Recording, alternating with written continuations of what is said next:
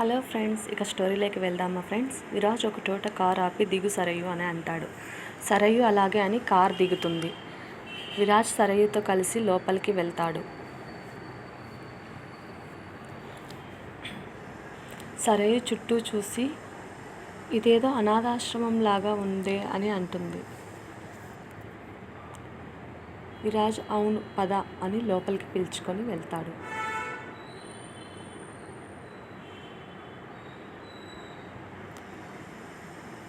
సరయు లోపలికి వెళ్ళి చిన్న పిల్లలను చూస్తుంది.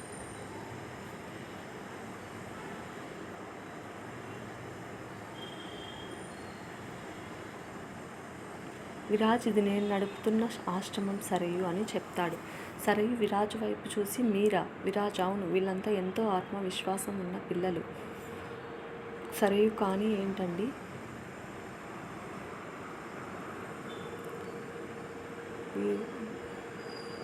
విరాజ్ వీళ్ళందరూ ఎన్నో రకాల వ్యాధులతో ఇబ్బంది పడుతూ చావుతో పోరాడుతూ బ్రతుకుతున్నారండి ఇక్కడ.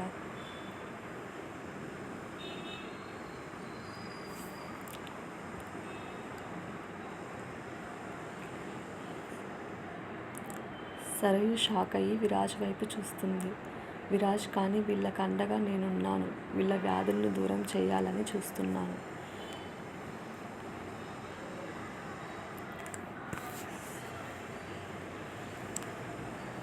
సరయు షాక్ నుండి తేరుకొని ఏడుస్తూ ఉంటుంది.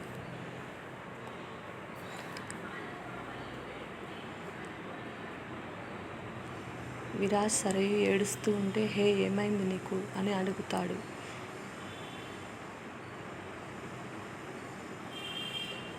సరయు అదేమీ లేదండి, ఇంత చిన్న పిల్లలు ప్రాణాల కోసం పోరాడుతూ ఉన్నారు, పాపం విరాజ్ వీళ్ళు. విరాజ్ సరయు వైపు చూస్తూ తన మాటలు వింటూ ఉంటాడు.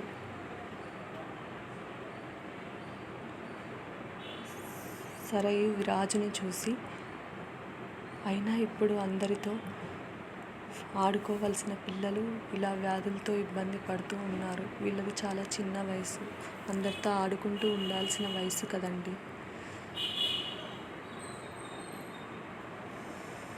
మరి నువ్వు ఇందాక ఏమని అన్నావు సరయు అని అంటాడు. సరయు నేనేమన్నానండి? విరాజ్ ఏమన్నావా? నువ్వు ఇందాక చచ్చిపోతాను అని అన్నావు కదా, ఎందుకు అలా అన్నావు చెప్పు నాకు. సరయు అది అని అంటూ ఉంటుంది. విరాజ్ ఇంతమంది చిన్నపిల్లలు ప్రాణాల కోసం పోరాడుతూ ఉన్నారు. సరయు నేను ఏమని చెప్తున్నానంటే, సరయు నాకు అర్థమైందండి విరాజ్ గారు, వీళ్ళని చూశాక ఇంతమంది చిన్నపిల్లల అవస్థ చూశాక నా మాటలకి నాకే అసహ్యం వేస్తోంది విరాజ్. నిజం, జీవితం అన్నాక ఎన్నో కష్టాలు వస్తూ ఉంటాయి, కష్ట సుఖాలు మామూలే, వాటి కోసం మనం ప్రాణాలను రిస్క్లో పెట్టకూడదండి. ప్రాణాల కోసం ఎంతోమంది పోరాడుతూ ఉన్నారు, బయట చిన్నపిల్లలు కూడా పోరాడుతూ ఉన్నారు. అన్నిటికీ చావే పరిష్కారం అనుకుంటే ఈ భూమిపైన ఎవ్వరూ బ్రతికి ఉండరు.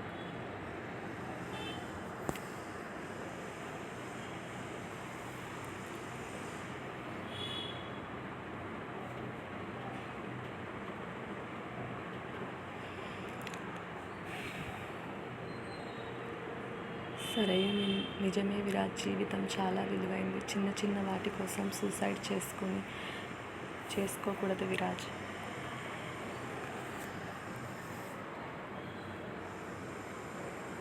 విరాజ్ మంచిది సరయు, సరే కానీ నువ్వు నాతో పాటు మా ఇంట్లో ఉండి అక్కడే ఉండి ఏదైనా జాబ్ చేసుకుందువు సరేనా అని అంటాడు. సరయు లేదండి, నేను ఇక్కడే ఈ పిల్లలతోనే ఉంటానండి అని చెప్తుంది. విరాజ్ వాట్, ఏంటి ఇక్కడ?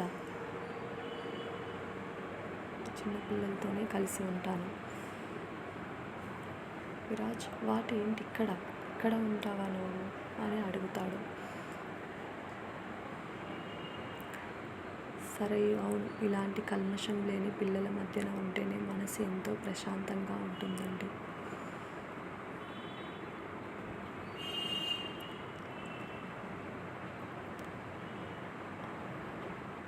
విరాజ్ సరే నేను ఇక్కడ చెప్పి వెళ్తాను, నువ్వు ఇక్కడే హాయిగా ఉండి జాబ్ చేసుకో సరేనా అని అంటాడు.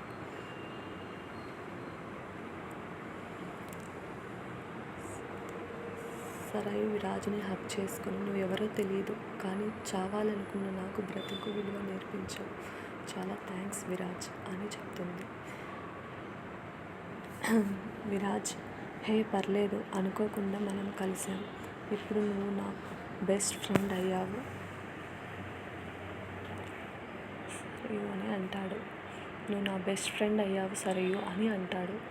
సరయు అవును, నాకు ఎంతమంది ఫ్రెండ్స్ ఉన్నా ఇప్పటి నుంచి నువ్వే నా బెస్ట్ ఫ్రెండ్ విరాజ్ అని చెప్తుంది.